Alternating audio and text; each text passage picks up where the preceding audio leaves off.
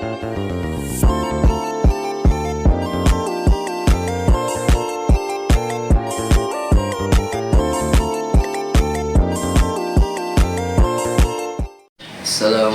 warahmatullahi wabarakatuh. Kami dari kelompok 4 akan membawakan materi tentang perencanaan pembangunan nasional dan desa. Perkenalkan, nama saya Muhammad Nazmul Fikri. Saya akan membawakan materi tentang perencanaan pembangunan nasional. Baik, yang pertama, definisi perencanaan pembangunan nasional yaitu proses penyusunan rencana strategis untuk mencapai tujuan pembangunan nasional. Dan tujuan untuk perencanaan pembangunan nasional adalah meningkatkan kualitas hidup masyarakat, meningkatkan pendapatan nasional, dan meningkatkan keseimbangan pembangunan antar wilayah. Dan prinsip-prinsip perencanaan pembangunan nasional meliputi partisipasi, yakni melibatkan masyarakat dan dalam proses perencanaan, dan berkelanjutan,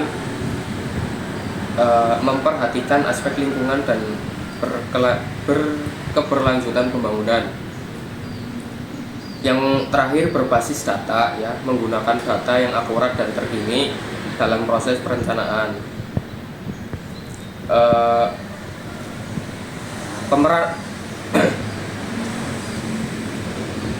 Proses perencanaan pembangunan nasional yakni analisis situasi, ya, yaitu menganalisis kondisi sosial, ekonomi, dan lingkungan. Yang kedua, menyusun visi dan misi, yaitu menyusun visi dan misi pembangunan nasional. Yang ketiga, menyusun strategi pembangunan nasional. Yang terakhir, penyusunan rencana aksi untuk mencapai tujuan pembangunan. Jadi kesimpulannya, perencanaan pembangunan nasional adalah proses yang kompleks dan memerlukan partisipasi dari semua staf dan memerlukan partisipasi dari semua stakeholders dengan memahami prinsip-prinsip, proses, dan peran pemerintah dalam perencanaan pembangunan nasional. Nah, kita dapat meningkatkan kualitas hidup masyarakat dengan mencapai tujuan dari sistem perencanaan pembangunan nasional. Terima kasih. Perkenalkan, nama saya Ramadan Ariminata. Langsung saja ke materinya.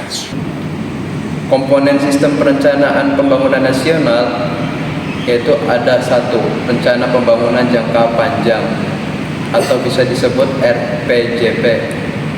Dokumen perencanaan yang memuat visi, misi, dan tujuan pembangunan nasional untuk jangka waktu 20 tahun.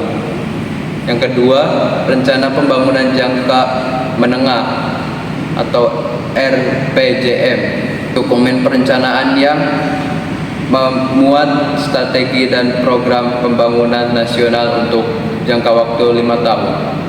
Yang ketiga, ada rencana kerja pemerintah atau RKP, dokumen perencanaan yang memuat program dan kegiatan pembangunan nasional untuk jangka waktu 1 tahun.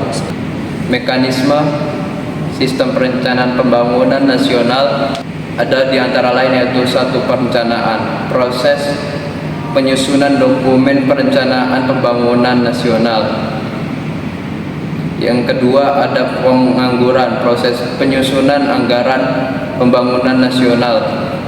Yang ketiga, ada pelaksanaan proses implementasi program dan kegiatan pembangunan nasional. Yang keempat, ada pemantauan dan evakuasi, proses pemantauan dan evakuasi terhadap pelaksanaan program dan kegiatan pembangunan nasional. Instansi yang terlibat yaitu ada 1, Presiden bertindak sebagai pemimpin tertinggi dalam perencanaan pembangunan nasional. Yang kedua, ada Kementerian Perencanaan Pembangunan Nasional yang bertindak sebagai instansi yang bertanggung jawab dalam menyusun dokumen perencanaan pembangunan nasional. Yang ketiga, ada Kementerian Keuangan bertindak sebagai instansi yang bertanggung jawab dalam menyusun anggaran. Yang ketiga, Kementerian Keuangan bertindak sebagai instansi yang bertanggung jawab dalam menyusun anggaran pembangunan nasional. Yang keempat, Kementerian Lembaga bertindak sebagai instansi yang bertanggung jawab dalam melaksanakan program dan kegiatan pembangunan nasional. Mungkin cukup dari saya. Selanjutnya, perkenalkan, nama saya Dinda Aprilia. Materi yang selanjutnya yaitu tentang sistem perencanaan pembangunan daerah. Yang pertama yaitu pengertian perencanaan. Perencanaan adalah fungsi utama dalam manajemen yang melibatkan analisis kondisi saat ini, perkiraan faktor batas, serta penetapan target dan langkah-langkah lain untuk mencapainya. Berdasarkan Undang-Undang Tahun 2004 tentang Sistem Perencanaan Pembangunan Nasional, terdapat 5 unsur dalam pendekatan sistem perencanaan pembangunan. Yang pertama yaitu ada politik, yang kedua teknokratis, yang ketiga partisipatif, yang keempat top down, dan yang kelima itu ada bottom up. Sesuai dengan Peraturan Menteri Dalam Negeri Nomor 54 Tahun 2010, pembangunan daerah bertujuan untuk mengoptimalkan sumber daya demi menciptakan kesejahteraan bagi masyarakat. Yang kedua yaitu tujuan dari sistem perencanaan pembangunan daerah.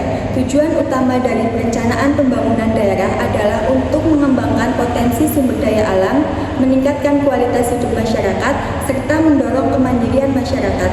Proses ini melibatkan berbagai pemangku kepentingan dalam memanfaatkan sumber daya demi kesejahteraan sosial dalam jangka waktu tertentu. Yang ketiga yaitu prinsip-prinsip perencanaan pembangunan daerah. Prinsip-prinsip perencanaan pembangunan daerah itu ada 3. Yang pertama, dilaksanakan oleh pemerintah daerah dan pemangku kepentingan sesuai dengan peran dan kewenangan masing-masing pihak. Yang kedua, mengintegrasikan tata ruang dan perencanaan pembangunan sesuai dengan kondisi serta dinamika daerah dan nasional. Yang ketiga, dirumuskan secara transparan, responsif, efisien, efektif, akuntabel, partisipatif, terukur, berkeadilan, dan berwawasan lingkungan. Perkenalkan, nama saya Venita Dwi Saputri. Baik, di sini saya akan membahas tentang unsur penting dalam sistem perencanaan pembangunan daerah. Yang pertama itu ada partisipasi masyarakat. Partisipasi masyarakat adalah keterlibatan aktif masyarakat dalam proses perencanaan yang sangat penting untuk memastikan bahwa pembangunan itu harus sesuai dengan kebutuhan dan aspirasi mereka. Yang kedua itu ada integrasi dan sinkronisasi. Integrasi dan sinkronisasi adalah sistem perencanaan pembangunan daerah yang harus mampu mengintegrasikan berbagai sektor dan program pembangunan, serta menyinkronkan perencanaan antar tingkatan pemerintah. Yang ketiga itu ada transparansi dan akuntabilitas.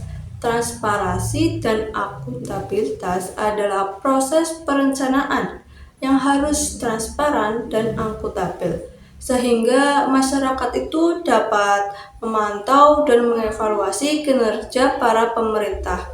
Yang keempat itu ada sistem informasi. Sistem informasi adalah pengguna sistem informasi yang efektif yang dapat membantu meningkatkan efisiensi dan efektivitas perencanaan pembangunan. Salah satu contohnya itu adalah Sistem Informasi Perencanaan Pembangunan Daerah atau SIMPEPDA. Materi selanjutnya itu ada tahapan sistem perencanaan pembangunan daerah. Jadi ada 5 tahapan sistem perencanaan pembangunan daerah. Yang pertama itu ada penyusunan rencana pembangunan jangka panjang daerah atau RPJPD untuk 20 tahun. Yang kedua itu ada penyusunan rencana pembangunan jangka menengah daerah atau RPJMD untuk 5 tahun. Yang ketiga itu ada penyusunan rencana kerja pemerintah daerah atau RKPD untuk 1 tahun. Yang keempat itu ada pelaksanaan dan pengendalian pembangunan. Yang kelima itu ada evaluasi dan pelaporan.